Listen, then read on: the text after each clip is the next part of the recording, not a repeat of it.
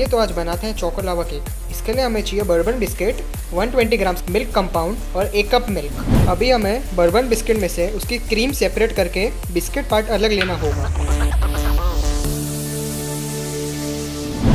अभी हम biscuit part को हम मिक्सी में डाल के ब्लेंड कर लेंगे, एक पाउडर तैयार करेंगे। अब सारे इंग्रेडिएंट्स को मिक्स करेंगे। मेल्टेड चॉकलेट डालने के बाद अब धीरे धीरे दूध डालेंगे। सारा दूध एक बार में मत डालें वरना ज़्यादा पतला बैटर बन सकता है।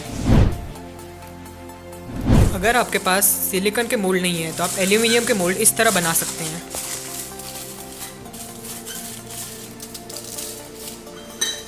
यह मोल्ड को आप ऑयल से ग्रीस कर सकते हैं और बैटर को थोड़ा ही भरे, फिर इसके अंदर हम एक चॉकलेट का टुकड़ा रख देंगे, वही हमारा बाद में आगे जाके लावा बनेगा। बाकी का बैटर इस पर थोड़ा सा भर दें, थोड़ा ऊपर ऊपर से फिल कर दें बस। ये दोनों चीज़ों को हम माइक्रोवेव में रख सकते हैं।